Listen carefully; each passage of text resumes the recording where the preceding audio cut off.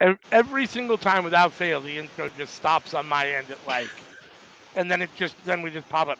Welcome to Workhorse Wrestling Network. We are here again on Thursday, as always, for Aftermath of Dynamite, where myself, ALW, and the Anarchy Queen, Miss Anika, are going to discuss the last week in AEW wrestling, leading up to the whatchamacallit this Sunday, Revolution. Sorry, whatchamacallit, this Revolution. Sunday. So we're going to start with last Friday's Rampage, and then we'll do last Saturday's Collision, and then last night's Dynamite, as always. As always. So, what? Mm. I Oh, was I thought saying, you said as something. always. Yeah. As always, as always. Yes, yes. All right. So, as usual, we usually start with Rampage, and it is indeed Rampage from February 23rd, last Friday. hmm And assuming that I remember what I watched and that I found the right results, which I do, the show opened with Brian Keith, Penta, and Commander versus Top Flight, Action Andretti versus Mad Sydal and Private Party. So a three team trios match, 9 man a, a triple trios threat trios match. match. There you go. Triple trio threat match. So yeah. So Brian Keith, Penta, and Commander got the win. In what you would expect, I talk a lot on all of our shows. You'll hear me say it probably way more times than you ever want to hear anybody say it. But the more people involved, the crazier it gets, the less interested I ultimately am, just because it's too chaotic. They're fun to watch, and I Yeah. like to see the big spots. And when you got Commander and Top Flight and Penta and Action Andretti and Matt Sydal and Private Party, almost everybody but Brian Keith, even Brian Keith, can do some flippy do stuff. But all of the rest of them are all, big spot flippy guys. And so we got a lot of that. We saw all those things, and that's always fun. But as far as the match itself, it never feels cohesive. It's too much going on. You can't see it all. There's not enough cameras to see all of it. And yeah, so I mean, it is what it is. I mean, it's fun, but at the same time, it's I don't know. It doesn't. It's one of those things where it feels like a filler match for me, even though it's fun. No, even though I laugh, we're in the same boat. Where again, I do appreciate the flippy flips. I do appreciate everyone's effort, but the ref gotta do something. The ref gotta keep something in order, especially when it's a trios triple threat match. But I don't think we might have seen it once on the Dynamite, and like you said, very very chaotic. And I get everyone wants their spots, but there's got to be some kind of decency in the order. Like a four-way tag team match is crazy. You want to do a triple threat? I, yeah, it was a Yeah. lot. I'm going to agree with you, it was a lot, but it was still fun. Very glad that Penta has got the win. It's like when the last time we saw Penta on Dynamite, yeah, that's another conversation for another day. But Penta's still great. I We still love Penta. Please put No Penta on our doubt. screen more. No doubt. Yeah, no, I mean this. I mean AEW has. I mean, they use the word bloated. That has a negative connotation to it, and maybe it is. They have a very full roster. Let's call it that, right? They've got a lot of people, and so they've got what, an hour of Rampage, 2 hours of Collision, and 2 hours of Dynamite. What's that? 5 hours of TV a week to Yes. try to get everybody on. And there are times where you can tell it's let's just get some of these guys on TV, and that's what this was, and it's fine. I get that, and I am happy that Brian Keith is on a team that got the win here. I Yes. feel like he's been getting a pretty good showing since coming to AEW. They've been doing him, pretty good so far. I mean, it's not like they've, given him a title and strapped a rocket to him, but they've made him look strong and tough, and he's had some good wins, and I like the way they're doing his kind of um, coming into AEW. So yeah. Yeah, most definitely. Yeah. Let's see. Next we had the EVPs of Matthew and Nicholas Jackson Yes. defeating Johnny Lyons and Cappuccino Jones. The only thing I can remember about this match, well, the actual match itself, was at some point the crowd was chanting. What was the chant? It was something about cappuccino. I'm trying to remember if it was "Give me a cappuccino" or "I'll take a cappuccino." It was something like that, and I was like, "Oh, okay, that's kind of for someone that nobody knows." I mean, Right. so, but here we go. This was obviously over right away. This was a squash match. This was all about the Bucks just having a kind of a platform after they hit the Tony Khan driver on I think it was Cappuccino Jones, and Yeah. the match was over. They called Tony Schiavone down to the ring and punked him a little bit more. Tried to give him an Amazon card for $25. Tried to talk their way out of the fine. Tony said, "Nope, you're still getting the fine." Blah blah blah, and they weren't happy. So. And then they said they're going to end Sting's career at Revolution. Well, I should hope so, since he already announced that he's ending his career at Revolution. Like, Now, it's not quite the same threat when somebody's already said, "This is going to be my last match and I'm retired." like you could have put some more stank on it. Like you're not gonna leave your career on your own 2 feet. You're gonna leave on crutches, like something like that. You're gonna leave I on. almost, it's so over the top and like bizarre that I wonder if they said they didn't do that on purpose. Like, I'm sure it was said on purpose to be kind of funny and over the top, right? Like, well, Yeah. obviously we're going to end your career because it's his last match, so. Right. But I'm here for Matthew and Nicholas Jackson. I've always liked the Young Bucks, but this is my favorite iteration of them so far. I think it's hysterical. I'm all here for it, Like I think and someone. I kind of like the serious part of it as well. They kind of remind me of, I think they're trying to give you that Peaky Blinders kind of mafia, kind of Mhm. enforcer feel to them with their suits and the hats Yeah. so they have that kind of badass attitude, but it's also hysterical with the Matthew and the Nicholas All and the right. Yeah.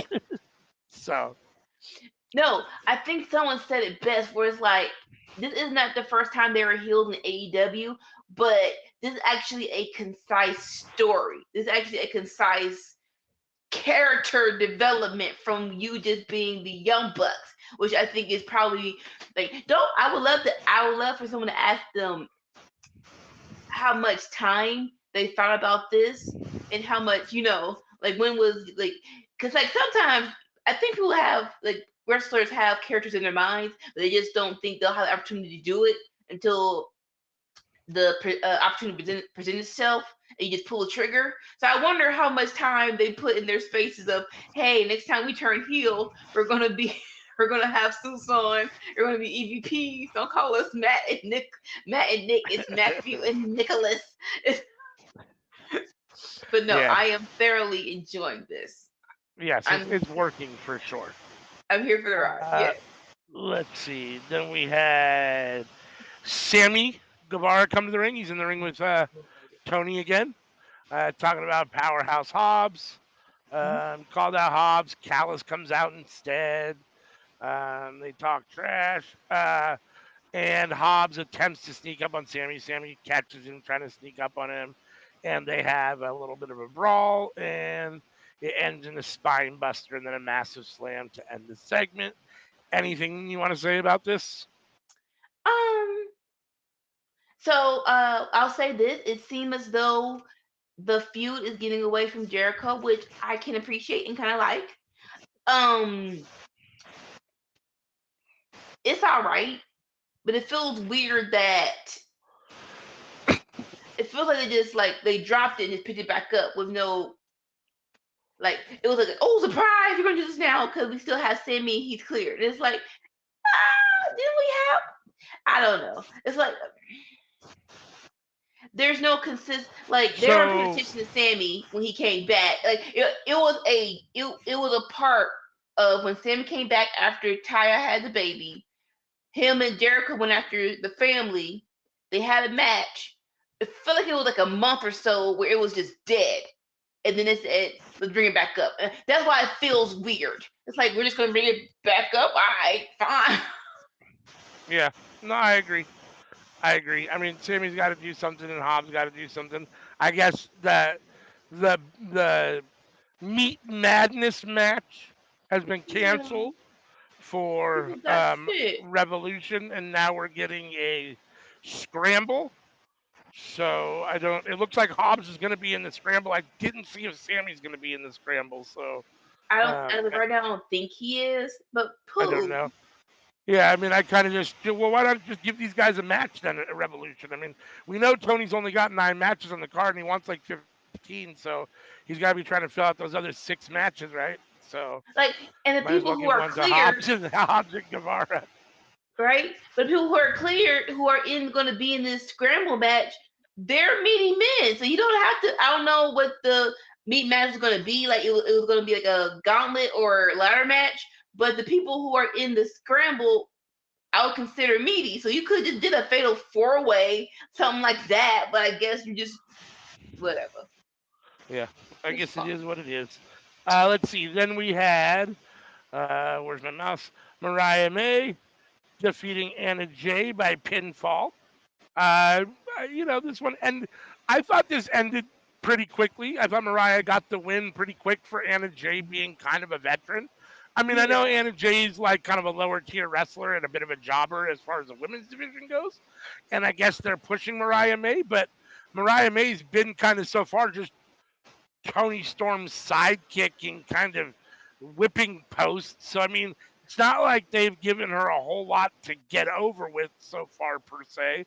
And then she kind of comes in and stomps a veteran. So I mean, it is what it is. I thought she looked okay, but it was definitely a Mariah May showcase as far as the wrestling goes. So No, definitely Mariah May showcase. It's kind of weird because, like you said, even though Anna Jay is young, she's been in AEW since the beginning. So you consider her a veteran of AEW, but she's still learning, right? But so I feel kind of bad. It's like Anna Jay still has lot to learn. So please do not let her be the person. Oh, a new person in town. Let her be Anna Jay to get to the next level. No, Anna Jay yeah. deserves a chance as well, and we know that she can do a great job at it. Hmm. We know she's a great wrestler when she's giving when the reps are in and she's good to go. So I hope they're just I hope there you go. I hope they're not giving up on Anna Jay and they're just waiting for the right time to re-showcase her. Let me ask you a question. It's not their fault. I mean, I was born the way I was born, right? And to a certain extent, we're all born the way we're born. Now, you can obviously change certain things about yourself, but it seems like there's an overabundance of blonde, white women in wrestling. And it just seems like, I don't know why it's like there's so many cookie cutter. I mean, they all kind of look similar. It's bizarre to me. I don't know. It's weird. I don't, I don't know. I I don't know. would love to see what their natural hair is when they were kids. I do.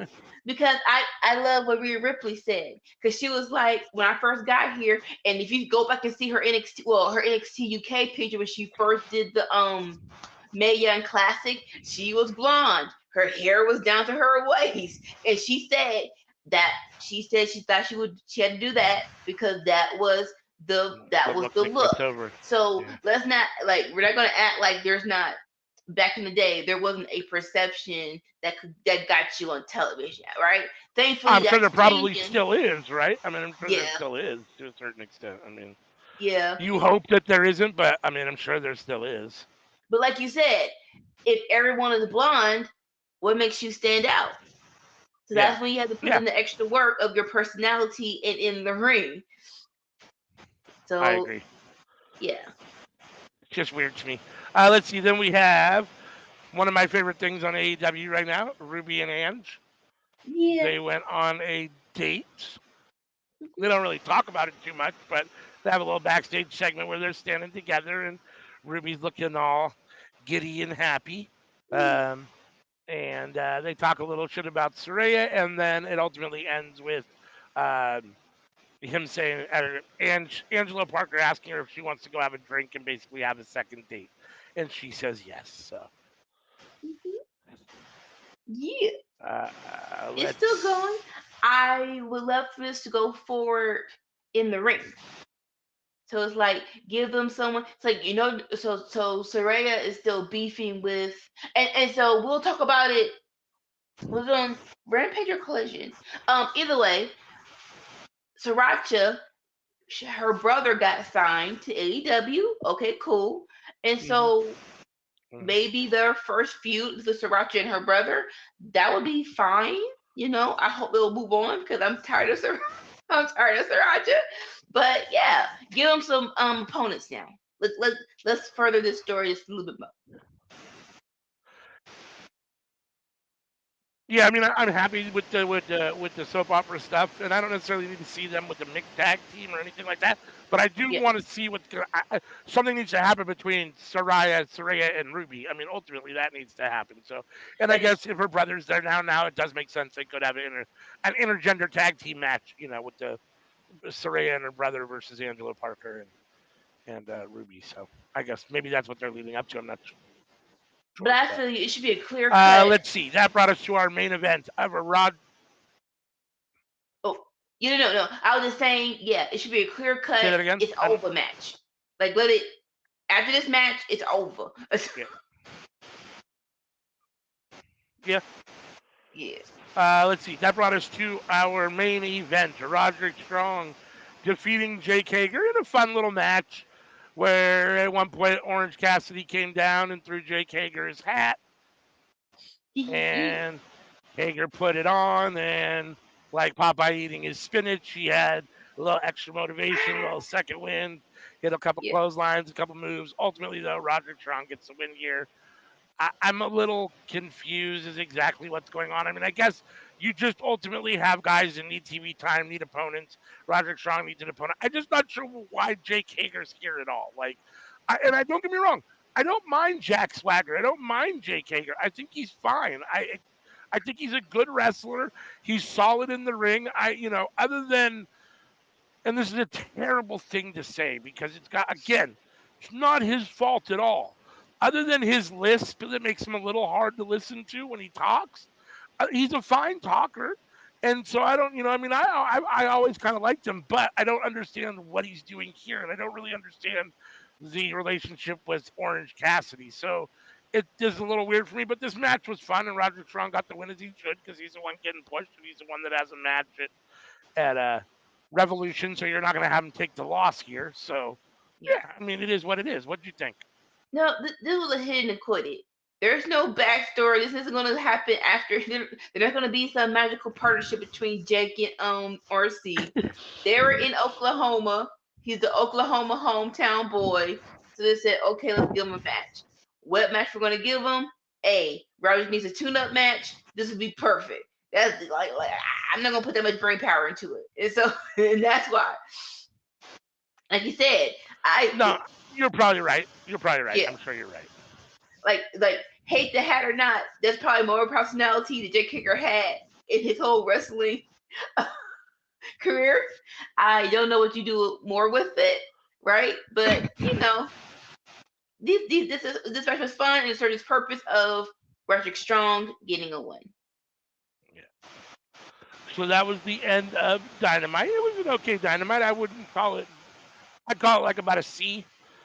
Yeah. Satisfactory. I thought it was okay. I mean, it definitely wasn't one of the better Dynamites, but Rampages, but wasn't terrible either. Right. Um, Like once again, if you don't have nothing to do 10 o'clock at night, why not watch the show? I mean, I guess you can argue anytime Jake Hager's in the main event, it's not great, but at the same time, like, I don't know. It How is is it? what it is, I guess. Let's see. So that brings us to Collision from the next night, Saturday, the Saturday. 24th, this past Saturday. Let's see. And the show started out with with Powerhouse Hobbs and Sammy Guevara in a no disqualification match. I, I understand Mhm. Hobbs is a big dude. It can take a lot of punishment, but wow, he took a lot of punishment and still got the win. I mean, Sammy swantoned him from the top of that ladder in the ring onto those tables on the side. I mean, it was like, and then within like 2 minutes of doing, or not 2 minutes, but within like 3 minutes of that move or that spot, basically, all of a sudden Hobbs has the ability to win the match, and I was just like, okay, I guess it is what it is. But for me personally, I thought Hobbs.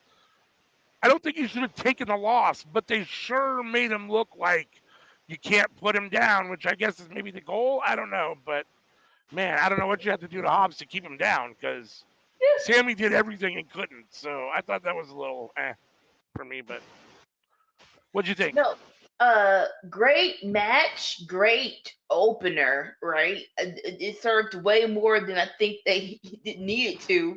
Um, I'm with you. Like after example, after the Cal Fletcher OC match, his debut match, and he gave OC three torpedo turning tombstone pile drivers, and OC kicked out. It's like, you know what? If y'all not gonna police it, I'm not gonna police it. I'm not going. I'm not going. I will not use my brain power to justify y'all thinking that a Canadian destroyer is now a transitional move, or like you said, Powerhouse Yeah, going through 5 tables, but he's still getting back up. I yeah, think you can less is more. Like you can just put him through 1 table and maybe he gets back up or something like that. But y'all yeah. want him to be, yeah, I think it does what they wanted to do with Hobbs and makes him look like he's extremely strong, but it also makes Sammy kind of look like he's kind of soft. Not soft, but just not even strong enough to get the job done with the help of the other stuff. It's like, really? Like, I don't know. like what So, you said. If Sammy can't win with all those crazy behind spots, who's gonna be power? Everyone else who beats Powerhouse, it's like, well, what's the freaking difference? yeah, yeah. No, I totally agree. So, let's see. Then we had Mox and Claudio backstage accepting the FTR challenge for a rematch at Revolution. It as of now, it sounds like it's just going to be a regular tag team match. We talked about whether we thought it needed a stipulation, and Yeah. we agreed that we think it does, but it doesn't necessarily look like we're going to get one. So, what do you think of this promo, and what do you think about no stipulation? Moxley, the best promo in the biz. Um, Great that we're getting this match. I how I feel. I do still think that it should have been stipulation because the last time in the draw. But I will say if you don't know what the stipulation should be, then let it be a basic match. Like if you can't agree on it should be a dog collar or Iron Man match. If you don't know what you're going for, then yeah, simple is best. So all right, cool. We're just gonna do a good old fashioned tag team match. And all right, bet. Yeah, which is fine. I assume this time, probably without a time limit, or at Right? least like a 60-minute time limit, so we can see. I mean, hopefully this time we actually don't. I don't want a second draw. That's what I don't want here. We need to have a winner. Oh, definitely. I don't know that it has to be the end of this feud, but we got to have a winner here in some way, shape, or form, in my opinion. So, um, Most yeah, definitely. I mean, I'm excited for the match at Revolution, and I thought this, like you said, this is a good promo. John Moxley's great on the mic, and yeah, it served its purpose. Let's see. Then we had FTR defeating Shane Taylor and Lee Moriarty of Shane Taylor Promotions in a solid match. I, Hmm. you know, I they got I mean, they got some time. I mean, obviously, FTR is heading into this huge match with BCC at Revolution, so I didn't think they were going to be taking a loss here. But at the same time, I did think that Shane Taylor and Lee Moriarty got a little bit of offense and had the chance to look at least, okay. They didn't look like jobbers, so there's Yeah. that. Um, Yeah. No. Great match. Love all four of these people. I said it last year. I mean, last year. I said it last week. I'll say it now. It's time for Shane Taylor Productions to get some good wins. Like I said it about Queen Aminata, and look, you gave her a win on Rampage. Like you like that's all I'm asking for. You gotta your tag team division still needs work, and you still need teams that are successful. So yeah, give them all the wins they can have. Definitely not against FTR, yeah. but Mama's hungry. Let's eat. Let's see. Then we got a video package reminding us that we're in the last year of Daniel Bryanson's career, Boo, the sunset of his career, and he's leaving the squared circle basically. Do you want to comment on it at all or no? boo. Boo. Yeah, I mean, I don't. I get it, and at the same time, I'm disappointed. Obviously, I mean, it feels like, and don't get me wrong, like he was. I mean, it probably isn't because of his Ring of Honor stuff that was really, really good, but his Ring of Honor. But the time, I feel like he was, even though he had a very successful run in WWE, I feel like he was kind of held back, and we had the real um, Brian Danielson for his Ring of Honor stuff, and then we had Daniel Bryan for a long time in AEW, or not AEW, WWE, and then we get Brian Danielson back in AEW, and it feels like here we go. This is the guy we know and love from before, the greatest of all time, and we've been able to see that now, but it gets cut short. So I mean, yeah, it's a little disappointing. I mean, I wish that AEW had been around longer, and that maybe he had gone there the whole time instead of WWE. We had gotten more of this kind of career from him. Yeah. WWE, and again, not that he wasn't successful in WWE. I just, for me personally, and I'm not hating on WWE. I still watch it, even though I have my issues with it.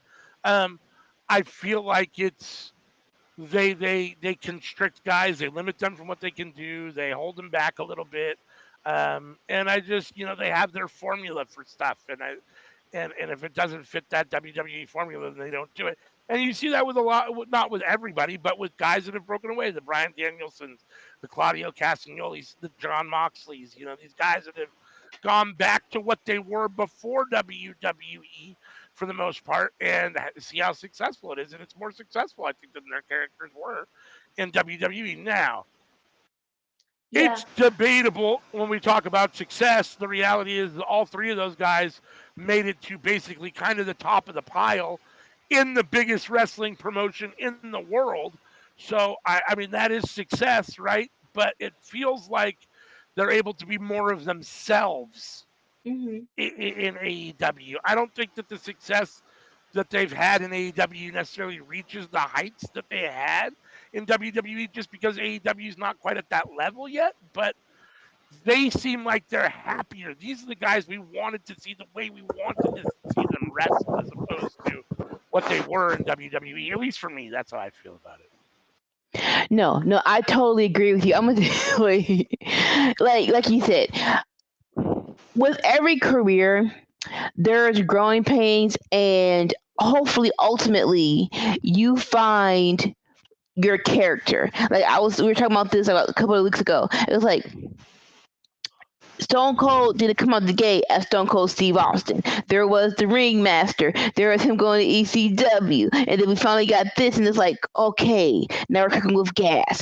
And sometimes, like you said, I do think that basically Danielson, he said himself that WE gave him the strength to do better promos. That the yes movement came because he didn't know how to walk down the ring, so he was just like yes, yes, yes. And so I do think that his experience in WE has not been wasted.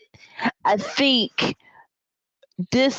him right now as the American Dragon is a combination of what he was doing in WWE and what he was doing in Ring of Honor. Like now, this is the wrestler you were born to be. I do agree. Like if we would have gotten this three more years of this, like if he would have left when he left, like 2009, 2020. If he would have left in 2018, we would have got three more of this, like just two or three more of this version of Danielson. It would have been more satisfactory. But we got him now, and so I will definitely appreciate it. Yeah. So, like Yeah. talking about the BCC, this is a picture of Dean and Cesaro on SmackDown. These people right here are part of the baddest group in AEW. The difference is night and day. That's hilarious that this is the people who are now the BCC, the badasses that we all know and love. And so it's like, embrace all of your experiences, but if it's possible, get there faster. Yep, very well said. Let's see. Then we had Thunder Rosa defeating Lady Bird Monroe. She's back. I mean, this isn't her first match back, but she's only been back for a couple weeks now. So it's Yeah, nice to see Thunder Rosa back. I'm assuming she's 100% because she's back. She hasn't really right. had what I would call a tough match yet Yeah. since coming back.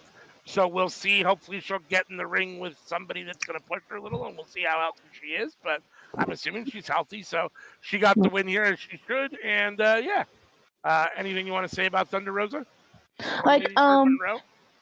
yeah, definitely she's getting her sea legs back. Great to see her. I think we were gearing somewhat towards her versus Julia, just because a couple of weeks ago, when they did the homecoming at Jacksonville, they had that six woman tag team match. And it looked like they were going to get towards that next, but unfortunately Julia's hurt right now, so that kind of sucks. So right now they're in a holding pattern with Thunder. Hopefully that's what's happening, because it's like Thunder Rosa's Thunder Rosa. Yeah, you, for sure. she should be featured more. Come on. No doubt. Yeah, no, I mean, she needs to be in a main event program, whether it's for the title or not, but she needs to be in some sort of a main event program. So Yeah, she's one of your premier women's wrestlers for sure, no doubt. no doubt. Let's see. Then we had the kind of misfit group of Chris Statlander, Willow, and Stokely backstage. Um, yeah, Stokely doesn't appreciate the animosity coming from Julia Hart and Sky Blue, and ultimately Statlander challenges Sky Blue to a match next week. For me, this is like I call them the misfits because that's the only way I can feel about them. Like it feels like they don't all quite work together, but I don't know. I mean, I guess we'll see. It's kind of a weird group for me. What do you think? Anything to say about this? Like, they're still finding they're still finding their groove. They're still finding their gel. If nothing, they're entertaining, and we'll talk about the match when we get to Dynamite. Again, Julia's hurt, so I think this might not a holding pattern, but this might have been a different ending if Julia was better. We'll talk about it more when we get to Dynamite, but still wait and see. I still like this group. We'll see how they gel. Yeah, it'll be interesting to see. I mean, they're entertaining if nothing else, like you said. So Yeah. let's see. That brought us to Bang Bang Scissor Gang. Jay White, Colton Gunn, and Billy Gunn defeating the Iron Savages and Jacked Jameson. Let me ask you a question. This Okay. was the one where Caster got like three lines out and then froze like halfway through his rap. I still don't know what happened. Did he just lose track of what he was saying? Did he decide to stop? Do you know? I mean, it felt like I don't know. It So was really weird. so on Dynamite, Jay White was like, "That was crazy. You forgot your lyrics." This Okay. is very. If that was true, that's hilarious. Like, what were you? Don't want to insinuate, but it's kind of thing that's like, okay, bro, were you on something before you supposed to come out and do this rap? Because like for you to be in AEW for 5 years and this is the first time you forgot Missed the your rap, line. like, Yeah. bruh, what are you doing, bruh? Yeah, it was a little weird, right? Like the whole thing was a little weird. This match was essentially a Bang Bang Scissor Gang showcase. Jay White hit Jack Jameson with the Blade Runner ultimately to get the win for his team. The Iron Savages were kind of fun. They had a couple moments where they were dancing around and jumping around and doing some kind of, try to look like trying to get over with the crowd and be funny and have a little Yeah. comedic levity to it. So I mean, it was what it was. But this is basically kind of a squash match, not a squash match, but a showcase for Bang Bang Scissor Gang. Which is unfortunate because I like the Iron Savages. I don't really care about Jack Jameson, but I like Hmm. the Iron Savages. So, but it is what it is, I guess. Uh, Yeah. let's see. Then we had Brian Danielson talking about Eddie Kingston. Um, and he talks about how Jun Akiyama is a veteran or a legend that he respects, um, and says he's never respected Eddie, and that he's never reached his potential. He's been waiting on Eddie to reach his potential for years, and it's never happened. The blah blah blah blah. The same old story, right? I mean, I kind of Hmm. said this on AEW Ramble today, earlier in the chat today. I'm sure you'll see. It feels like this is now low hanging fruit for Eddie's opponents, right? I mean, Yeah. okay, so that's what everybody says. You're right. I don't have a chiseled physique. I don't spend 12 hours in the gym every day. I probably drink a couple beers too many. I probably smoke a couple joints too many. And all I want to do is fight. You know what I'm saying? And you're Yeah. right. I mean, I probably haven't been as dedicated or as serious as I could be, but so fucking what? And that's what everybody says. It feels like someone needs to come with some sort of new kind of insult or line of attack or something. I mean, it feels kind of old and played out at this point, but it Right. is what it is. No, I feel as though after, and I think that it Case is going to be Danielson at Revolution. If and when that happens, they can't say that anymore. It's so like I beat the American Dragon, Brian Danielson. You cannot say anything about my drive or my whatever initiative or whatever. It's over, right? Now I did have a bone to pick with Danielson talking about it was all wasted. Was it wasted or was it creative? Because before he won the triple titles, only thing that TK had for him was him being in a fight with Ortiz, and then that fight didn't have a definitive winner. You just have them in a freaking battle royal, and they both got eliminated. But House of Black interfered, but they never got a House of Black match to get even. It just stopped. So it's like, is it with the potential, or is my potential not being used by the higher ups? Like, if you're gonna tell Yeah, this story, tell it right. I agree with But that. I Yeah. digress. Let's see. Next, we had Malachi Black in his first singles match on AEW television in like 2 years. They Right? were saying, which, yeah, I mean, it's been a long time. Unfortunately, it comes with the defeat of Brian Keith, which, it is what it is. I mean, Keith can't win everything. And, like I said, they've done a good job kind of having him kind of, take some bumps along the way, but have some wins along the way. And this is a bump. I mean, I guess in theory, right now, even though we don't see Malachi Black on TV very often or wrestle very Mhm. often, let alone in singles, there still should be, I guess, a divide a little bit between the two. So I Yeah. guess Malachi Black should be getting this win here for the most part. I thought it was okay, and it is what it is. After the match, the lights went out, and Mark Briscoe came to the ring Yeah. uh, with the kendo stick. And then the rest of House of Black came out. Boo. But Mark attacked them with the kendo stick as well. Yay. He had a steel. Then Mark gets a steel spike. Hits. Yeah. Then ultimately Malachi puts Briscoe down. And they return to House of Black returns to finish off Mark Briscoe. So I don't want to say that Brian Keith was used here to just kind of further the Briscoe or to I guess put some heat on the Briscoe House of Black thing, but that's kind of what it feels like here. Unfortunately, maybe we could get. I mean, maybe somehow he'll get interjected into this and become a part of this and get I don't want to have him necessarily piggyback onto somebody else's story, but he needs some Yeah. sort of direction or story, right? So I mean, he was in that 6 man, that 9 man, three trio, triple trio match on Rampage with Yeah. two guys that I mean, I don't with Commander and Penta. It's like, okay, so what is he exactly? Is he a face? I guess he's a face, but Definitely a his face. his character doesn't really lend to that, right? Like he's that tough guy bounty hunter that Yeah. should be a heel, right? Like that doesn't really Right. lend to a face. So I don't know. It's Yeah. it's a little odd. So I don't know. I mean, I hope they do more with him a little bit. But Malachi Black gets a win on TV here for the first time in a while. And yeah, House of Black is here. You're a House of Black fan, so Yes. Solid match. I think it was a missed opportunity though. It's like you said, we've been clamoring for a singles match for Malachi Black, and it's like a throwaway. I love Brandon Keith. I mean, sorry, Brian Keith. From what I've seen, I love him. Like I'm in the same boat with you. I hope they do more with Brian Keith. But for Malachi Black to be his first singles match, I would have loved they would have waited because I guess they're doing something with Mark Briscoe. I would have loved they would have waited for his first singles match in 2 years to be against Mark Briscoe. It would have heightened the rivalry up a little. Like that little gem of 2 years of no singles match.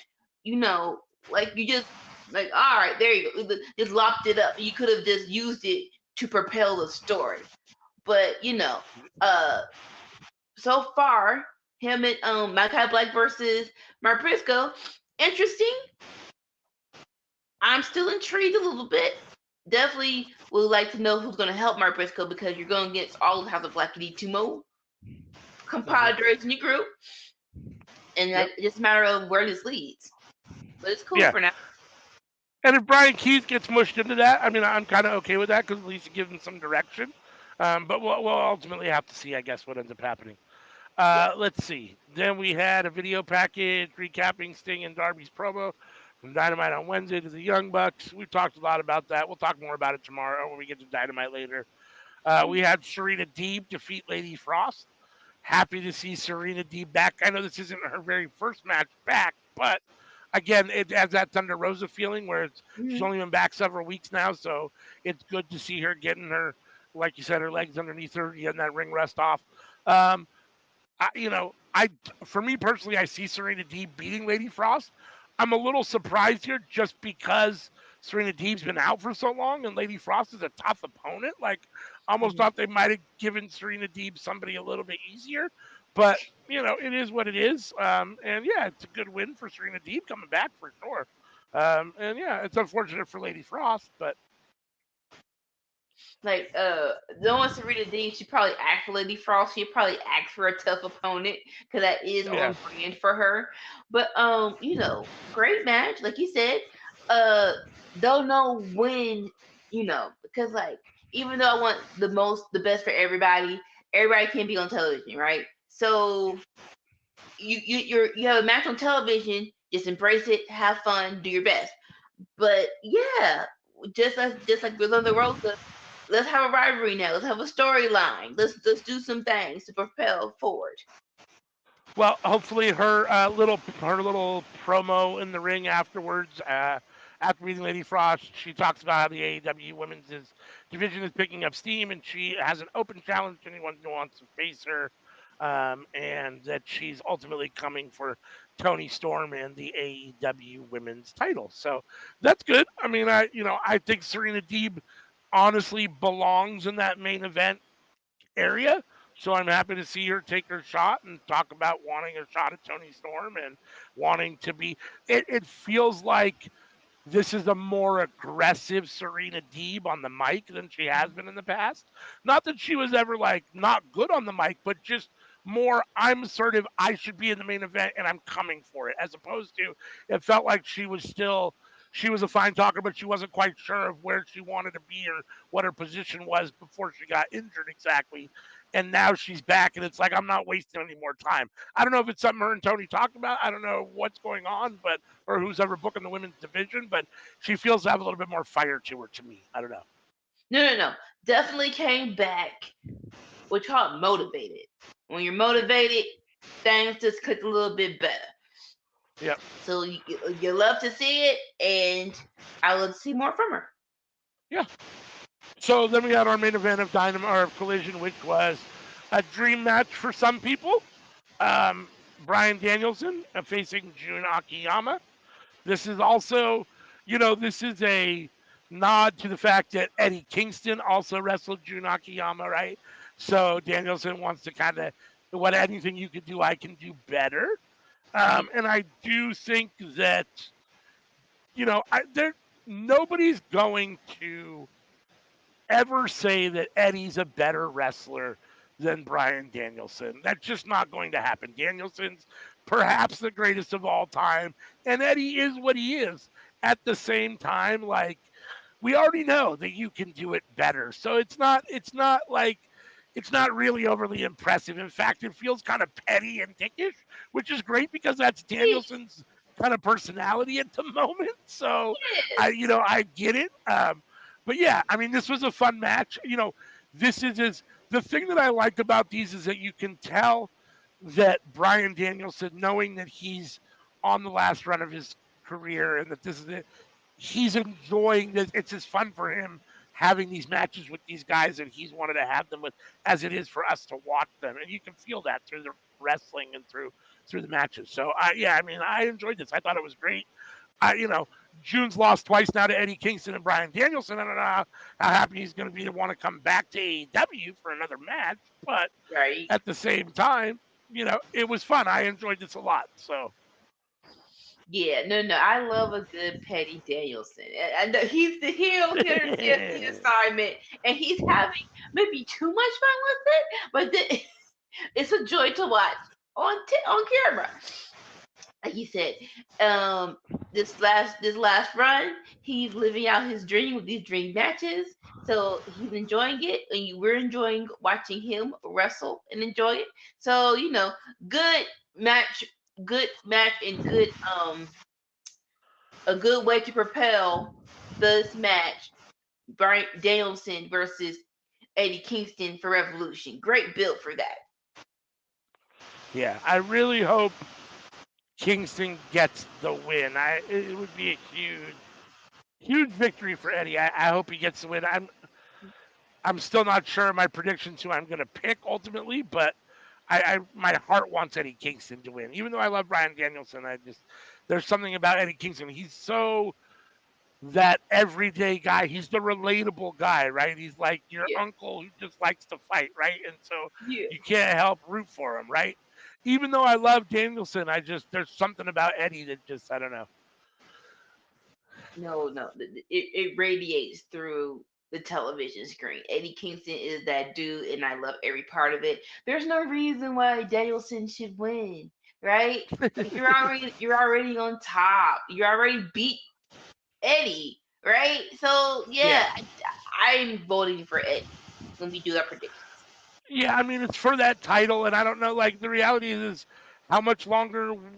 How much longer in the year do we have? That he said I'm going to do this for one more year, and how much longer do we have in the year? And you need the belt for any of that? I don't think you need the. I don't think Danielson needs a belt for any of that. I mean, I don't. So Most I think definitely Eddie not. should get the win. Yeah. And you're going out, so put Eddie over. I mean, Eddie's going to be here, so put him over. Yeah. Let's see. That brings us to Dynamite from last night, February 28th. Uh, let's see. This Dynamite was filled with a lot of stuff, action packed. Lots of stuff happened. It's basically the go home Dynamite before Revolution. So all this stuff is in theory supposed to be in the progression of the stories and hyping the matches for Revolution. Um, we definitely got that with our first in ring segment, which was Adam Page coming to the ring on a crutch Mhm. um, and being a little whiny. And ultimately, we get all three men, Swerve and Samoa Joe, talking shit to each other in this segment. Um, And I believe, if I'm not mistaken, uh, oh yes, it basically the point of this was to suck Swerve in so that Hangman could uh, turn. Hangman said he was injured, wasn't going to be in the match, and then Swerve came out, talked some shit. Joe came out, talked some shit. Swerve was in the ring. Joe never actually came down to the ring. And once Swerve was in the ring and had his back to Hangman, Hangman basically showed everyone he wasn't injured and attacked Swerve with the crutch and basically said that he is still in the match and that he intends to take the title from Joe at Revolution. What do you think about this to open the show? What do you think about this overall? What do you think about the whole I'm injured, I'm not, blah blah blah? What do you think about this? You know, Joe's that dude. He will be my AEW champion until he says he doesn't want to be any champion anymore. Cause I love him and he's awesome. Swerve did amazing. Okay, so let's talk about the Hangman thing. All right, number one is a catch-22, right? Last week they did the match. We got Hangman was hurt. Sean Ross Sapp told us that he just did his job, guys. Relax.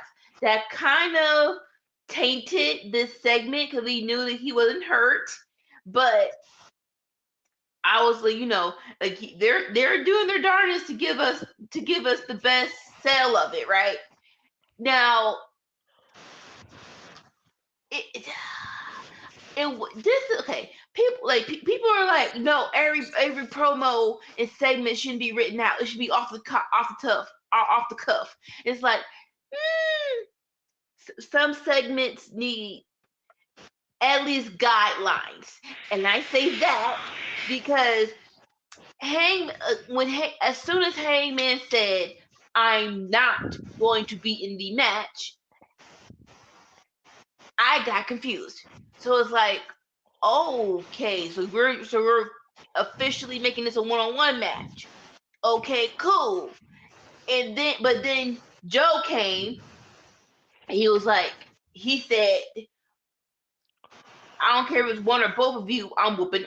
So it's like, but well, hold up. Heyman just said he's hurt. He's not going to be in it. So why would you say if it's one or both of you, right?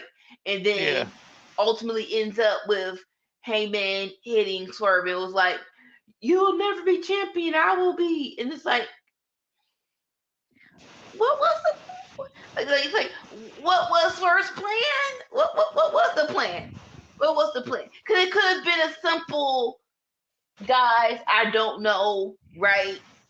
I'm gonna do my, I did hurt it pretty bad, and then as soon as Swerve said, I'm a crazy man, I'm still that crazy dude that breaks into people's houses and talks to people's kids. Hammond can right there. Hammond can snap and say like, I don't know. It's a okay. All right, best parts of it: Joe promo, Swerve promo, Hangman hitting Swerve when he mentioned breaking into his house. Those are the best parts of the segment. It just getting from point A to point B was a little bit wonky. So next time, guys, please have some guidelines on how to get from point A to point B. That's I Yeah, I guess feel like that's what I'm saying. it almost feels like they should have done this in two segments. It almost felt like it happened too fast. Like Hangman should have came out and just said, "I'm injured, I can't be in the match." Walked away, looked sad. Then they should have had Swerve come out and do a promo later or something. Have Joe come out and then have Hangman come and attack him out of the crowd or something like that and show that he wasn't. They didn't let the whole "I'm injured" marinate enough. Like he Yeah, said it, and then within seconds, it felt like within seconds, all of a sudden, well, now he's not injured and he's attacking Swerve. It's like, well, wait a second, we didn't even have a chance to really. Oh, okay, yeah, I'm not sure. And people talking heads have said, oh, well, if you look at the way he was walking to the ring, you could tell he was never really injured. It's like, really, come on, like, but we didn't even have a chance to look at that because it all happened so fast. Like, I'm not. Yeah, it was a little. I thought it was a little clunky. Unfortunately, it's interesting because I think Hangman Page came off the worst out of all three of these guys in this definitely. segment, which is, unfortunate, but Yeah. it is what it is. I mean, he's definitely the least polished for sure. He's the youngest as far as in terms of in ring, work and wrestling, probably age wise too. I'm sure. Yeah. Joe and Swerve are serious veterans, right? And Hangman's getting there, but he's not there yet. And you could see kind of some of the differences there. Hangman looked a little in deep water last night, so it is what it is. I mean, I don't know that this did anything really to get me any more excited for the match. I was already excited for it. So, yeah. And the injury part, I'm not sure that it did anything because they didn't give us a chance to really think that he was injured, right? So it Right. all just happened so fast. And I Oh, guess well. like I guess the lesson here is stop having your fans read between the lines. Like stop having us read between the lines of, oh, this was his plan, even though you didn't say jack squat about it. Okay, this is what he was thinking. This why this happened. Okay, cool. Like no. Sometimes, like I said, write some stuff out so we don't have to fill in the blanks for you. And even Yeah. when we fill in the blanks, it still don't make no sense. No, I agree. I agree with that. Let's see. Then the Young Bucks arrived, and they were asked about their meeting with Richard Flair, and they said that it went great. Um, Matthew says they want to thank Sting, but they have baseball bats. So, kind of a little interesting twist here. We'll see more of that later as the show progresses. We then had John Moxley and Brian Danielson and Claudio Castagnoli, Blackpool Combat Club versus FTR and Eddie Kingston. In a solid match. I mean, this was fun. It did all of what it should do to hype both of these matches up, right? You had Danielson being a dick at times to Kingston, being petty, not wanting to get in the ring when Kingston's in the ring, those kind of things, or acting like he wants to tag and then not taking it, or taking the tag and then getting that, whatever, all sorts of little stuff. FTR and Claudio and Moxley have their little thing going on. Obviously, they're wrestling each other at AEW Revolution. I thought this was done well. I'm a huge fan of all six of these guys, so you can't really go wrong, in my opinion. Um, I wasn't super happy seeing Danielson stomp Eddie, but we are bound to get those. It's obligatory, right? So, Yeah. yeah. So I thought they did a good job of everyone that's facing each other paired off well in this match, and I thought they advanced the storylines. Yeah. No. This you really couldn't ask for a better trios match. I love the work of all of these men. Okay, but I will say this: Eddie Kingston, the machine gun chops. Are you do know how these looks? Don't you like it? They don't look effective, sir. Especially then you got over on the other side of the pond, Dragunov doing the same thing, but like he was a freaking rip the chest off his opponent's fat off their body.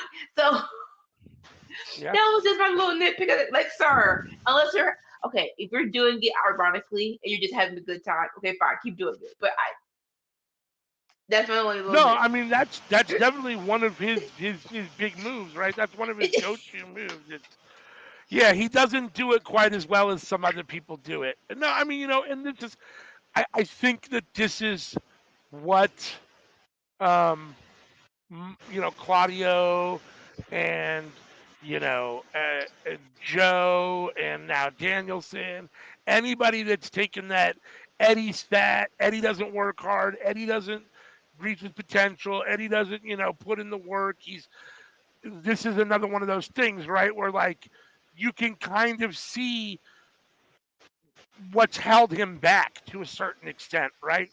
And, yeah, and that's one of them. He doesn't do it quite as well as other people that do it, and it's unfortunate. It's a good move, and I like it, and I still think he looks cool doing it sometimes.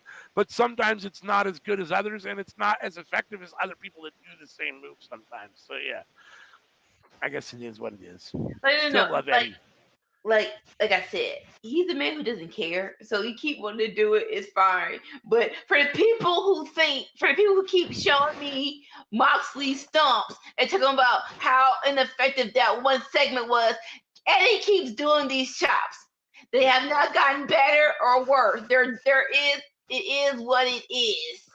But the match match overall.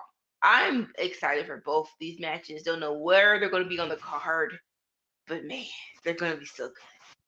Yeah, I think Revolution's shaping up to be a very good show, as it should be. I mean, it's one of their main shows, so I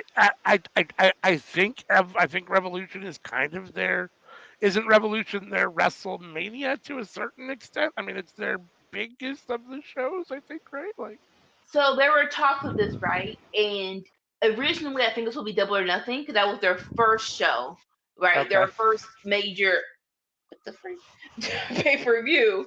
But it's like if you go back in time and review each year, it feels as though Revolution has the most build up, hmm better build up, right? And so hmm off the top of my head, right? The top two was when they were in Orlando, and it was the actual official coming together BCC, and then when they were in Chicago, right after the that not right after the pandemic, but right after they gave people the go ahead to say, "Hey, we outside," and that was when CM Punk showed back up and had his first match. It's like if you go back year by year, they haven't declared which one is their main event, the WrestleMania, but it feels like it's Revolution yeah, for me. yeah. No, I agree with that. I think that I agree with that. Then we had I guess he's been here before, he's wrestled before, but I guess this is technically his first official signed in ring segment, Mister Will by God Osprey, which I love. Callis just using like all those things to rub stuff in Kenny's face. It's a great. Um, but let's see. Tony is in the ring. He introduces Will. Um, Will comes down. They have a good little talk. Will's excited about joining. He talks about his victories over Omega and Jericho. He's ready to pick up where he left off, and then we have the Callis family come to the ring and do a little talking to. What do you think of this overall? You think this is a good way to get him? I mean, I say introduced, but obviously you're living under a rock if you don't know who Will Ospreay is, and it's definitely not his first time in AEW. So, but still technically kind of his introduction, I guess, Yeah. to the AEW roster. Let me formally reintroduce myself, as they say. There you go. Uh, good, very good segment. I thought Will did a fabulous job. He was just like his energy was great. You could tell he was so excited to be there, and it's like just in case this is your first time seeing Will Ospreay, he's like, I am not a rookie. Let me run it down. I beat Omega. I beat Danielson, and what was it? No, I beat Omega. I beat Jericho. It was the third one. Jericho, It was the third right? one. Was it Okada? It might have been Okada. I mean, he said Jericho. I don't remember if he I know it mentioned was. Okada. I know it was three big ones. I know it was Oscar. I know it was Omega and Jericho, and whoever the third one is. I apologize. I'm so sorry. But he was saying, no, OC Orange Cassidy, Forbidden Door. He's like, I beat your top three, so let's not get this twisted. But I'm here to have a good old fashioned time.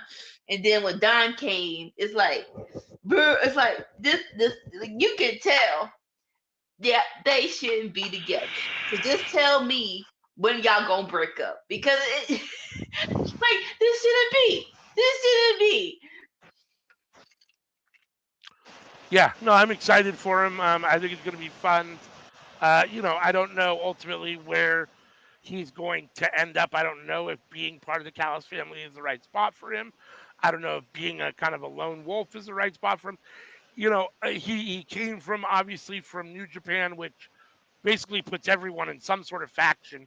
Very rarely do they have anybody that isn't in a faction, right? And all their factions have 10, 15, 20 guys in them, a lot of them. Obviously, there's a few that, have 4 or 5 guys, but so he was obviously part of a faction over there.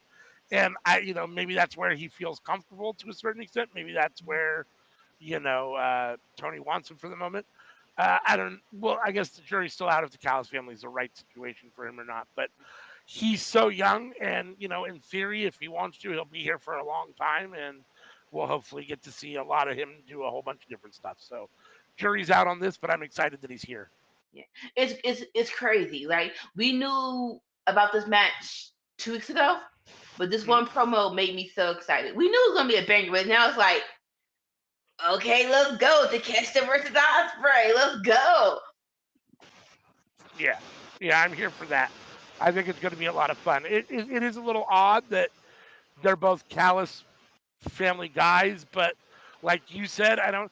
And this promo was a little odd. I'll be honest with you because like he came. First of all, the Callus family is definitely heels, and he came out a little baby facious kind of in the beginning, and then, but he's also like they said it best, I think, on AEW Ramble this morning. He's got that kind of frat boy energy to him. So, Oh, like, he definitely he's has. kind of got that douchebaggy frat boy young guy energy to him. So, Yes.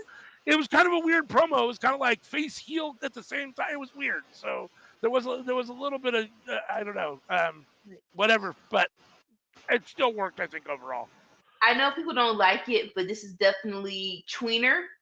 Definitely got the Rock in 1997 vibe. So we'll say that. Like right before he became officially a baby face. That's a good Um, call. so like, but right now we're gonna rock with it. But I don't think that him will be him. I don't think he will be with the Don Callis family for too long. Yeah, Yeah. you're probably right. Let's see. So then we had AEW International Championship OC defending his title against Nick Wayne, who was with Christian Cage, Mother Wayne in Killswitch. I love Mother Wayne. Mother Wayne sounds great. Um, obviously, Orange Cassidy gets the win here. He wins all the time. I can't remember the last time Orange Cassidy took a singles loss, especially for the title. It was when he lost the title to whoever it was that had it for that half a second and then John gave it right Moxley. back. Yeah. John Moxley had it for that half a second and gave it right back. So, Yeah. again, I say this every time Orange Cassidy wins. They need to take the title off of him. They need to put it on somebody else. I know that Nick Wayne is very young and that he's, in the beginning of his career, but and it might be a little early for him to have the title, especially since Orange Cassidy's beaten so many really good quality wrestlers over the time. But at some point, you got to do something. OC can't just have this belt forever. I mean, I guess he could, but yeah. So I'm not happy with this, but it is what it is. I will say this.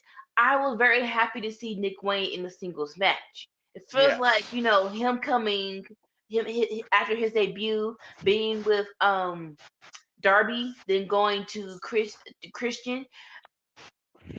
I don't think that he's dwindling, but I am very glad to put a spotlight on Nick Wayne. It's like, hey, he is a prodigy. We did call him a prodigy for a reason. This is why he's so good.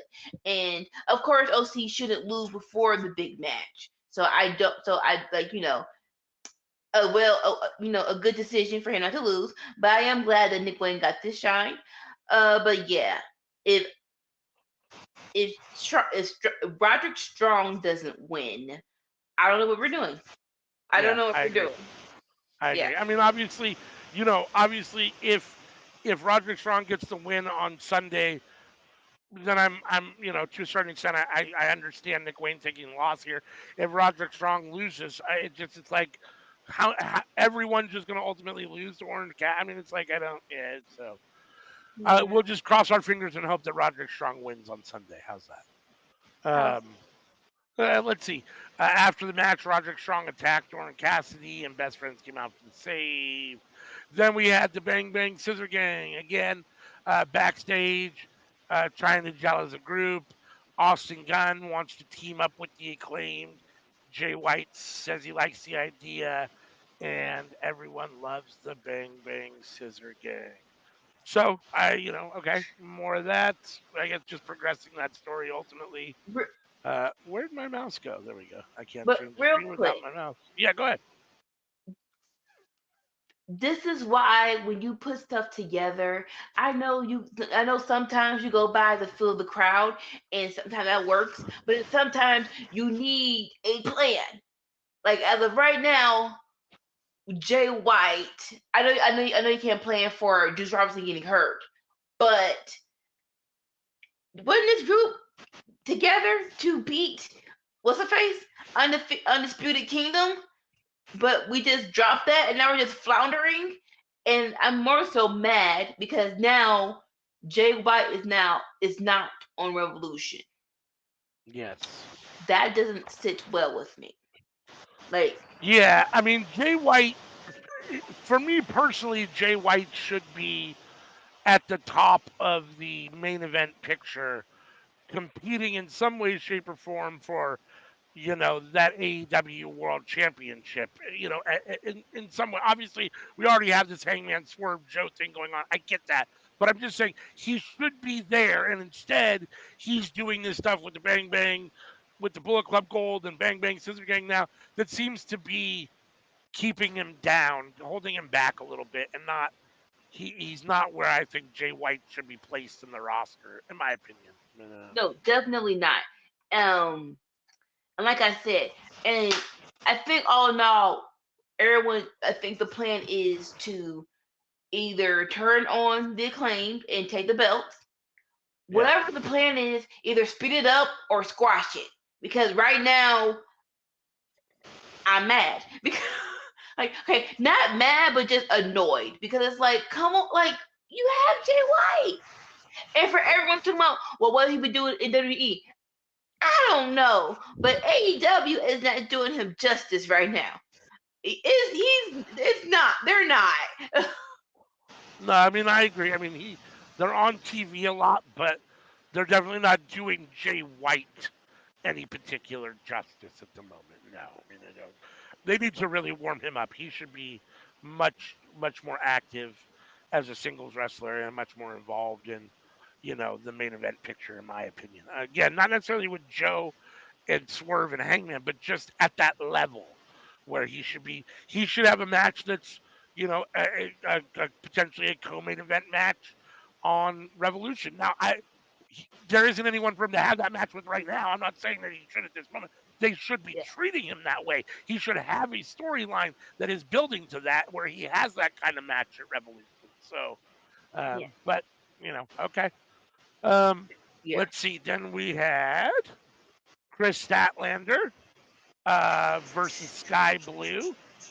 Chris takes the loss here to Sky Blue with the help of Julia Hart. Julia Hart hits her with the title Hmm. after Stokely tries to give her some chains, and Chris doesn't want them and basically kind of distracts Chris so that and the ref so that Julia can hit her with the title and Sky Blue can get the win here. Again, they, like I said, this is kind of this misfit group, right? Like, Yeah. and Stokely's trying to get them to cheat and they're trying to get them to not cheat, and it's kind of this weird back and forth. I don't know how long this is going to last, but it's kind of fun at the moment, I guess. We'll see. I mean, I don't know. I keep saying we'll see, but I guess we'll see. We'll see. Um, very good match. I I didn't know why it was on this show because it's a go home show, right? And Yes. as of right now, they don't have a Yeah, match on Revolution. they Tony don't. Storm and Deanna Purrazzo does. So I would have given them this segment. No offense. Now I think they're gonna probably build some kind of match on Collision, hopefully. But Yeah. you're not. But since you didn't do it on Dynamite, yeah, give us time for the matches that are on the card. There's so far there's I think it's 9 matches slated for the for Revolution. There's a 2-hour show. You could every match on Dynamite this week should have had something to do with a Revolution match. There Thank shouldn't have been yes. anything on the show that didn't have anything to do with Revolution. And unfortunately, there was more. We'll get to that in a minute. But next, we have the Young Bucks backstage. They find Sting's locker room, and dun dun dun, there's a bunch of baseball bats hanging upside down. Yeah, just furthering kind of this weird, again, them looking for Sting, and we'll talk about what ends up happening at the end of the night. As Dynamite goes off the air, it kind of sheds a little bit more light on this, but this was a little interesting backstage segment. Um, This for me, this was vintage WCW, especially the mirror. 'Cause I mhm. remember it was definitely a segment where Sting used to hunt people and be behind the mirror and stuff. So I did love this segment of nostalgia. This feels like this really feels like the last run, which is bittersweet, but it's time. But if you're gonna go out, do everything, do all the little Sting things. So yeah, this was fun, and it was hilarious. Nicholas talking about, I think he's playing mind games. I love Nicholas Jackson is a treasure. He right? protects him at all costs. Then we had the other match that didn't need to be here. Chris Jericho versus Atlantis Jr. I mean, it was a fine match for what it was. I mean, and I don't get me wrong, I'm happy to see Atlantis Jr. get some TV time and a match against Chris Jericho, a guy that I'm not overly familiar with, so it's kind of good to see him. But this has nothing to do with Revolution. I don't know why this match is here. And this match is even weirder just because it's like I don't know, like it just feels even more out of place than Statlander and Sky Blue, just because at least Statlander and Sky Blue they have this ongoing story, right? At least they have a Yes, storyline. There's yes, nothing. I mean, this is just Jericho wrestling some Mexican wrestler. Like, okay, I mean, I guess the story is that he wrestled with his dad before. He's yes. wrestled his dad, and now is the son. So I guess that's the story. So, okay, it's I, weird. It's very weird. I fully agree with you. I don't know why this was done tonight. I To give them a little bit of grace. I think, don't know how the CML collaboration was supposed to end, but I did hear that that some, if not half, of their people have work visa issues. So I'm wondering if that had anything to do with I wonder how I wonder how the 3 weeks, month of CMLL with AEW was supposed to end, right? If Jericho was supposed to be a part of it, I would have thought they would have done this earlier, maybe, right? Yeah. like let and so then have the blow off match now or at Revolution, but yeah, this sure, yay. Yeah, no, it was weird. I mean, it felt like, okay, I guess we need to have a match, and Jericho's back and wants a match, so let's give him a match. I suppose. I mean, I don't know. It was weird, but it is what it is. That led us to the main event of last night's Dynamite. Sting's final AEW Dynamite appearance. Anika's gonna cry I'm here live on YouTube. not. The Young Bucks come out to confront some fans. They flipped a one fan's mask up that's wearing the Sting mask, and right next to him, lo and behold, is Darby Allin, Sting's hero. Jumps over the barricade, starts to attack the Young Bucks, and they're fighting. He's got a bat, and then they fight. They hit the, let's see, the Bucks gain the upper hand. They hit the EVP trigger. Ric Flair comes out. He grabs a bat. Um, and then he is going to hit Darby, it looks like, as the Bucks are holding him. But Ric Flair decides to attack the Bucks instead. But eventually, Nicholas gives Ric Flair a low blow. God, Ric Flair looks old. Like those punches in his Bruh, movement, like gods, man. bruh, He is like, old. Like, wow. bruh, just thumb to the eye and then then use the bat because those punches. Oh my god, Even the bro, thumb you to the eye was old. like, but let's see. And then ultimately, they were fighting their way up the ramp. Or no, they're fighting in the ring. Sting's music hits, and the Young Bucks start to head up the ramp to attack Sting. And here comes Sting from the rafters. Wrestling. How many people need to get injured or die before No, you do decide the whole to segment. Do the to whole stop segment. letting people come No, in on a no, zip line from the fucking roof into the ring?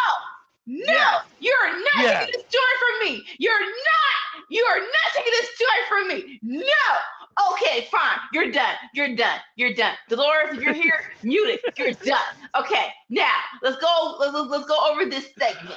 Okay, like we said, this is Sting's last match. I mean, this is Sting's last match. This seems like his appearance on Dynamite. Let's do everything in all of the feels.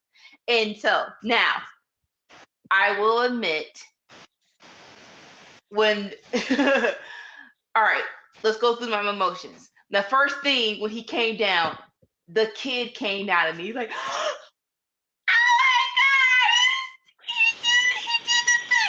did the thing. Now, I will be remiss to say, if the thought Owen Hart in the back of your head did not appear to you, either you didn't, either you was not there to, if you were a fan back in the day of wrestling and you don't remember that, or you're just so enamored of the moment. I don't know, but the thought did come to my mind. But I guess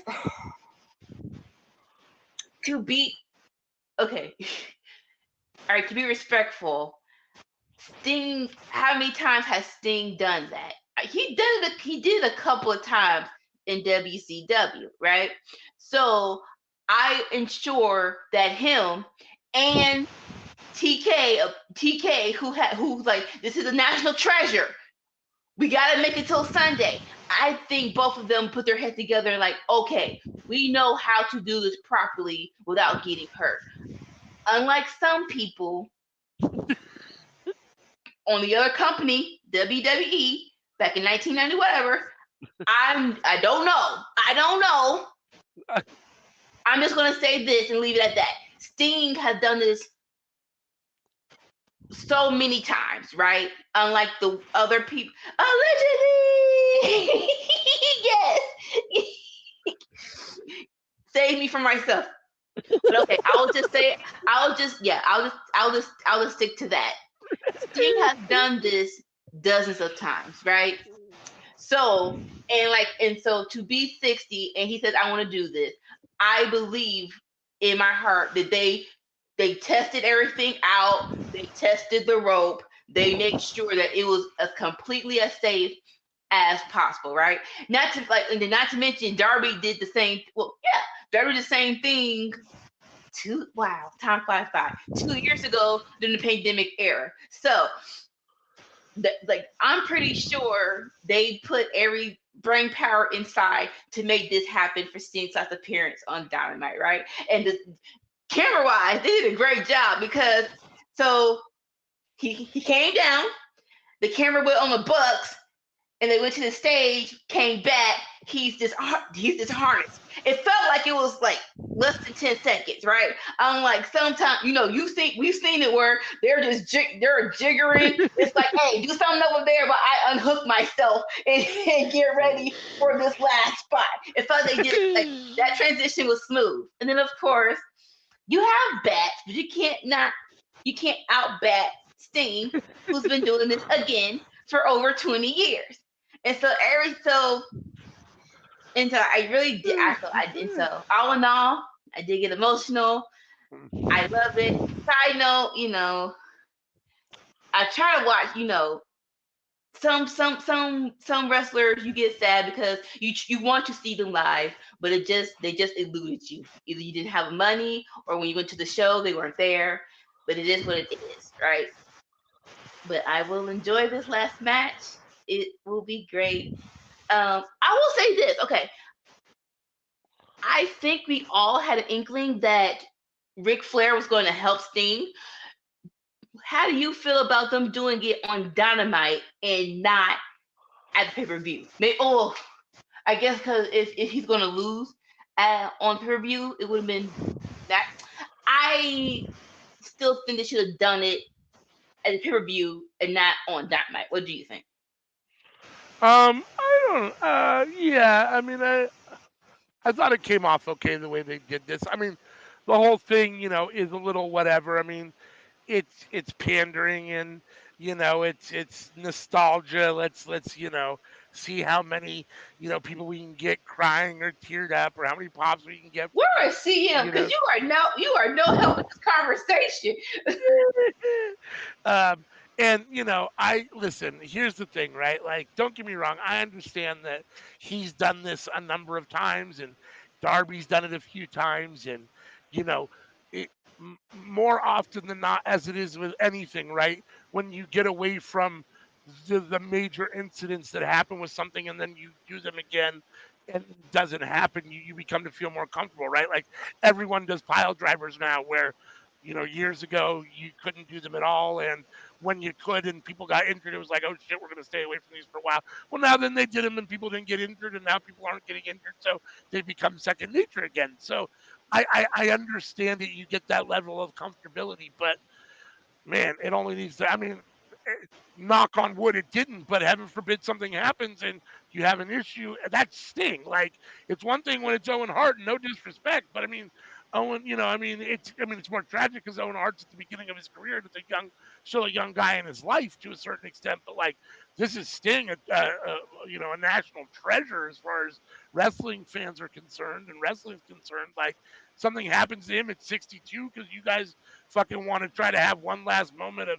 nostalgic bliss, bringing him down on the whatever zip line, whatever you want to call it. It's like this is I don't know. It seems crazy to me to even take that risk, but it is what it is. I thought the segment came off okay. The whole like my bat's stronger than your bat because I've been using it for 20 years was a little corny to me, but Dear you God, know, I I can't you do know this with you. this is Sting's last hurrah. You're not going to show him in a weak position. He's obviously getting over. They're obviously winning. At I believe they're obviously winning at Revolution. I don't know what that means for the titles. I don't know, if they what happens then. But and yes, I mean I'm hoping for. I'm optimistically I'm optimistic for a good match between Darby Allin and the Young Bucks at a pay-per-view, with Sting having a couple spots here and there. I don't want to see Ric Flair fuck that up. I'd much rather see him mess up this segment or be Yeah, a part of this yeah, segment on Dynamite than fuck up a pay-per-view match. So yeah. When you say that, I totally agree. And with the zip line and and people that using stuff and use it now, it's just a matter of not being reckless with it, right? Like still being responsible. Don't forget, if we're going to do it, don't be reckless, be responsible, take all the precautions as necessary. And yeah, I totally agree with you when you say that. It's like, even though Ric Flair is Ric Flair, I his mean, he last, probably will. He'll probably still fuck up the pay-per-view match. I'm sure he'll probably still be involved in some way. Would be my guess, but like hopefully this takes him out of it at the moment. I mean, yeah, who knows? we want this to be better than his retirement match. So so in that Mm. instance, yeah, let's be safe. Let's do it here, then do it at the review. I don't know who wins. I really don't. I I would love to break the stigma of it's a retirement match. Yes, I know you're supposed to put people over, but it's also like I don't think it's bad if you win your last retirement. I don't think it's bad for that either. I don't think so. I think we can't have both. So either way, I won't be disappointed. Either way, I just want Steen to have a last good match and I'll be satisfied. So Yeah, I feel like they've kind of right. backed themselves into a little bit of a corner. I mean, they wanted Sting clearly on his last run for him to have the tag team championships with Darby. That those titles, which I guess is fine, even though they've defended him one time, I think. So it is what it is. It's fine. They wanted that, but now they backed themselves into a corner because if this is his final match, either he has to lose in his final match or they win. He wins in his final match, and then what do you do with the titles? You either have Darby just decide, oh, I'm going to have somebody else be my partner now, and gets to be a champion by default, or Darby defends them 2 against 1 until he loses them, or he has to, vacate him. I mean, the whole thing is weird. So I don't know. I mean, I don't.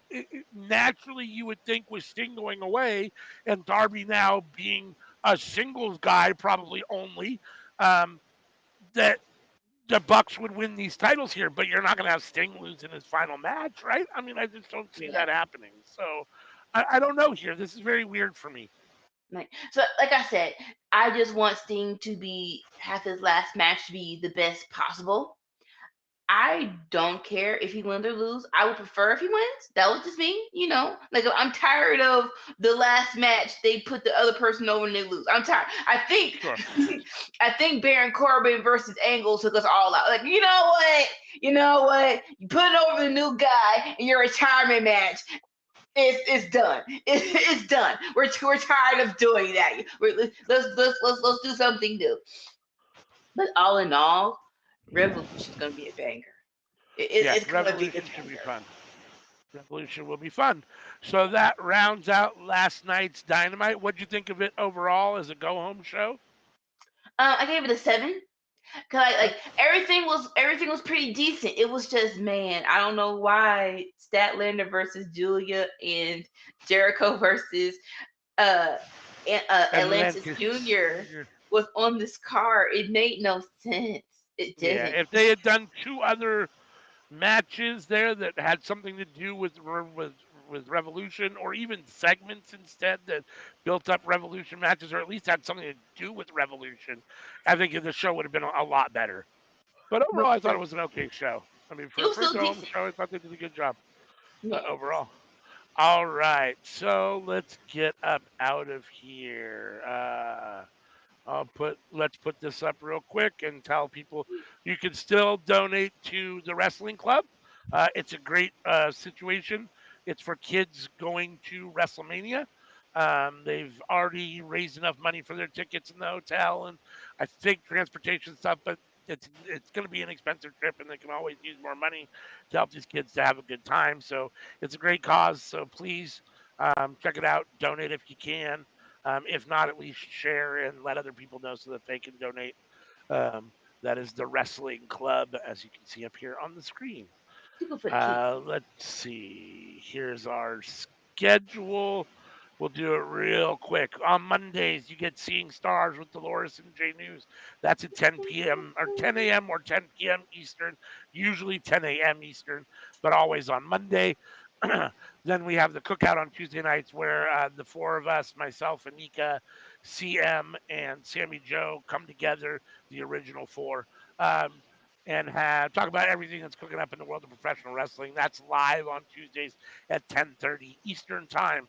On Wednesdays, you get All for Naught, which is myself and Sammy Joe talking about Monday Night Raw and NXT from the days before. That's at 10:15 p.m. Eastern Time. On Thursday, here, you're with us right now for an aftermath of Dynamite. Myself and the Anarchy Queen, Miss Anika, talking about all things in the week that was AEW, from Rampage Collision to Dynamite from the night before, and even a little bit about Revolution this Sunday and pay per views that are upcoming. Tomorrow we have Friday Night Fights, which is our live watch along where we watch SmackDown and Rampage. It's normally Sammy Joe and Miss Anika. I think this is Sammy Joe's last Friday that he's out, so I will be filling in again. We'll be watching SmackDown and Rampage, myself and Miss Anika. So please join us for that. It starts at 5 p.m. Pacific, 8 p.m. Eastern. Then Saturday, normally you'll have Saturday morning, you'll get Under the Radar, which is myself and CM. It's pre-recorded talking about TNA, Ring of Honor, MLW, and either being the Elite or being the Dark Order or whatever being the is going on at the moment in time. Um, that's been on hiatus for several weeks because I've been filling in for on Fridays when we normally record it. But we'll get back to a normal schedule when Sammy gets back, and you should be having UTR again on Saturdays soon here. Then on Saturday nights, we're back for our live Collision watch along. At least we try to be as much as we can. It's usually going to be Anika and CM and Dolores as much as possible. But you'll get probably an amalgamation of different people. You might get myself, you might get Sammy Joe. It just depends on what's going on with CM and Anika on those particular Saturdays. But we'll do our best to be here for our Collision watch along. That starts at 8 p.m. Eastern, 5 p.m. Pacific. Uh, And then on Sundays, we round out the week with Enter the Square Circle, which is myself and Sammy Joe competing at WWE 2K23. I believe we're getting ready to do our round robin tournament, which will be our next installation that will give us a number one contender for Bobby Lashley, who is our Enter the Square Circle world champion at the moment. So, which was Sammy's guy. Sammy has scoreboard. He's up like 3-2, I think, or 4-2. He's won like four tournaments and there are four championships, and I've won like two, I think. So, make sure and tune in for that. It's a lot of fun. That has been on hiatus also, but it should be back very shortly. Hopefully, not this Sunday, but next Sunday. So, unless Miss Anika's got anything else to say, we'll get up out of here. Put the outro on and say peace. Bye. Bye.